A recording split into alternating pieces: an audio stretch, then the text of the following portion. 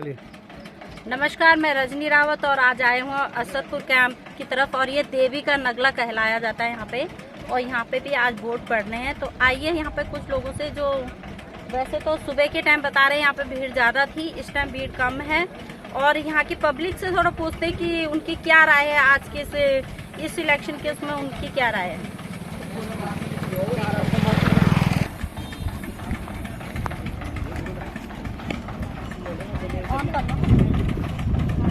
तो आइए हमारे साथ बने रहिए और आज देखते हैं यहाँ पे क्या यहाँ की जनता, यहाँ की पब्लिक क्या बोलती है, क्या कहना है इनका यहाँ के लोगों को।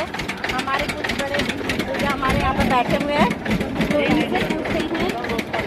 तो ये लोग तो यहाँ पे ठंडा ले रहे हैं क्योंकि गर्मी का मौसम भी बहुत है और आजकल सबसे ज़्यादा गर्मी का जूस का बहुत अच्छा सीजन चल रहा है। तो आइए पूछते हैं हमारे भाई से सबसे पहले अपना नाम बताइए।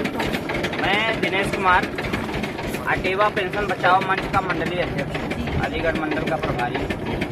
और हम लोग एक बूथ से दूसरे बूथ पहुंचकर ये जो पुरानी पेंशन बहाली की मुहिम है, जिसे बीजेपी गवर्नमेंट 10 सालों से इनकार कर रही है देने से सरकारी शिक्षा कर्मचारियों को, यहाँ तक मैं आपसे कहना चाहूँगा कि आज देश का सबसे ज्वलंत मुद्दा है कि हमारे अर्धसैनिक बलों को पेंशन नहीं है। अभी चंद्रयान लैंडिंग कराई, इतना एडवर्टाइजिंग किया हमारे प्रधानमंत्री मोदी जी ने, पर उन वैज्ञानिकों को पेंशन नहीं। ये 8 बार जीतेंगे, 13 बार जीतेंगे, इनको पेंशन नहीं। तो इसलिए हम इस मुहिम को धार देने के लिए तो जो हमारे मुद्दे की बात कर रहा है, हम उसके पक्ष में वोटिंग कराएंगे। और हमारी संख्या पूरे देश में इस समय 1 करोड़ 1 करोड़ आपकी संख्या, और हम ही को चुनाव भी कराना है। शिक्षक कर्मचारी ही तो पोलिंग पार्टी भी लगे हैं, लेकिन एक सरकार एकदम संवेदनहीन हो चुकी है कि हम 25 साल सेवा देंगे, 28 साल सेवा देंगे, वो हमें पेंशन नहीं। और दूसरा हमारा जो मुद्दा है कि जो हर पब्लिक सेक्टर को बेचा जा रहा है और निजी और उसके साथ साथ कंपनियों के जो कॉन्ट्रैक्ट समझौते किए जा रहे हैं आउटसोर्सिंग, उसके विरोध में हम लोग अभियान चला रहे हैं। तो कुल मिला के आप इस सरकार से इस टाइम आपका जो ये है आपका मोटो है कि हमें, देखिए, हम ये कहना चाहेंगे लोकतंत्र की खूबसूरती होती है कि 5 साल 10 साल में सरकारें बदलती रहनी चाहिए, नहीं तो उसमें तानाशाही की बू आ जाती है और जनता के जो वास्तविक मुद्दे हैं उससे वो हट जाती है जो वर्तमान में मोदी सरकार कर रही है। वजह ये जिस मुद्दे पर 2014 में आए कि हर साल 2 करोड़ रोजगार देंगे, एक लिस्ट लेके चलते थे कि हम 100 दिन में काला धन लाएंगे, मुफ्त में 15-15 लाख मिल जाएंगे।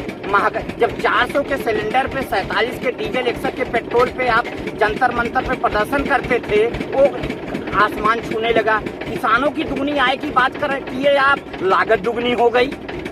अब और A to Z वर्तमान में आप किसी मुद्दे पे बात करने की स्थिति में नहीं है। जहां भी बातें हो रही हैं, आप बताइए 10 साल सत्ता में रहने के बाद जनता उम्मीद करती थी, आज भी आप कांग्रेस को दोषी ठहराएंगे? आप मंगलसूत्र की बात कर रहे हैं, नफरत की बात कर रहे हैं। जनता परेशान हो चुकी है, बेहाल हो चुकी है और आप भी इस टाइम कुछ बदलाव चाहते हैं। जी बिल्कुल बदलाव चाहते हैं कि एनी हाउ हम लोग तो पूरे देश में मुहिम चला रहे हैं कि ये सरकार बदलनी चाहिए। बदलाव चाहता है। हिंदुस्तान की इतिहास में सबसे भ्रष्ट सरकार है। इलेक्टोरल बॉन्ड पर पूछा जाता है, बोलते नहीं है। शिक्षा पर पूछा जाता है, बोलते नहीं है। रोजगार पर पूछा जाता है, बोलते नहीं है। चिकित्सा पर पूछा जाता है, बोलते नहीं है। तो लड़कियां, पहलवान लड़कियां जिन्होंने देश का गौरव बढ़ाया, वो जंतर मंतर पर बैठकर रोती रही। और संवेदनहीन भ्रष्ट प्रधानमंत्री शांत अपने प्रधानमंत्री आवास में मौज मजा और शराब डूबा रहा।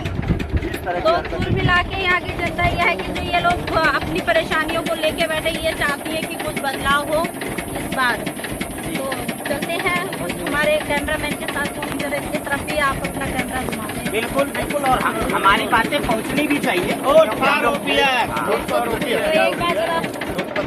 For OPS, vote for OPS.